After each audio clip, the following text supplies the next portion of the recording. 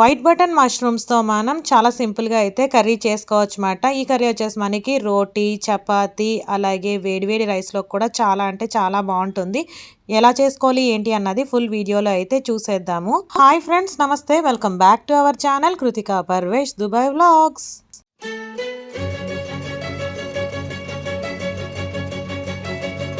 Stove వెలిగించుకుని pan పెట్టుకుని కొద్దిగా ఆయిల్ వేసుకోవాలి. ఆయిల్ హీట్ అయ్యాక 2 మీడియం సైజ్ ఉల్లిపాయలు వేసుకుని మీ స్పైసీనెస్ కి తగినన్ని పచ్చిమిరపకాయలు అయితే వేసుకోవాలి.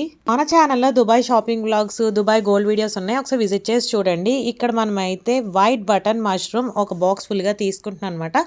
మష్రూమ్స్ అన్ని ఒక బౌల్లోకి వేసుకుని ఇలాగా చిన్న చిన్న పీసెస్ కింద అయితే కట్ చేసుకోవాలి. ఆనియన్ ఫ్రై అయిపోయాక మీ టేస్ట్కి తగినంత సాల్ట్ వేసుకొని కొద్దిగా పసుపు అయితే వేసుకుని వీటన్నిటిని కూడా మనం మిక్స్ చేసుకోవాలి. ఒక స్పూన్ అల్లం వెల్లుల్లి పేస్ట్ వేసుకుని పచ్చివాసన పోయే వరకు ఫ్రై చేసుకోవాలి. మీరు ఎవరైనా మన యూట్యూబ్ ఛానల్ ఫస్ట్ టైం చూస్తున్నట్టయితే కనుక ప్లీజ్ సబ్స్క్రైబ్. ధనియాల పొడి 1/2 స్పూను, జీలకర్ర పొడి 1/2 స్పూను, అలాగే కారం అన్నది మీ స్పైసీనెస్కి తగినంత కారం వేసుకోవాలి.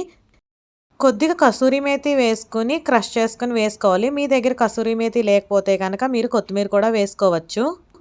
కసూరి మేతి వేసుకున్నాక వీటన్నిటిని కూడా మిక్స్ చేసుకుని ఒక 2 మినిట్స్ కుక్ చేసుకోవాలి. వన్స్ కుక్ అయ్యాక మనం ఆల్రెడీ కట్ చేసి పెట్టుకున్న మష్రూమ్ పీసెస్ ఉన్నాయి కదా, మష్రూమ్ పీసెస్ అన్నిటిని వేసేసుకుని మిక్స్ చేసుకోవాలి. బిగినర్స్, బ్యాచిలర్స్ ఎవరైనా సరే చాలా సింపుల్, క్విక్గా, ఈజీగా మష్రూమ్ కర్రీ చేసేద్దాం అనుకుంటున్నారా? అయితే మరి తప్పకుండా రెసిపీని అయితే ట్రై చేయండి. ఇక్కడ కొన్ని వాటర్ అయితే వేసుకోవాలి. వన్స్ వాటర్ వేసుకున్నాక వీటన్నిటిని కూడా మనం 8 to 10 మినిట్స్ అయితే కుక్ చేసుకోవాలి. కొబ్బరి ముక్కల్ని మిక్సీలో వేసుకుని స్మూత్ గా పేస్ట్ చేసి పక్కన పెట్టుకోవాలి. 10 నిమిషాల తర్వాత మూత తీసుకుని మనం ఆల్రెడీ పేస్ట్ చేసి పెట్టుకున్నాం కదా కొబ్బరి పేస్ట్, ఆ కొబ్బరి పేస్ట్ వేసుకుని 1/2 స్పూన్ గరం మసాలా అయితే వేసుకుని మిక్స్ చేసుకోవాలి. మిక్స్ చేసుకున్నాక ఒక 10 మినిట్స్ అయితే కుక్ చేసుకోవాలన్నమాట. అంతే, చాలా simple, quick, easy mushroom curry అయితే రెడీ అయిపోతుంది.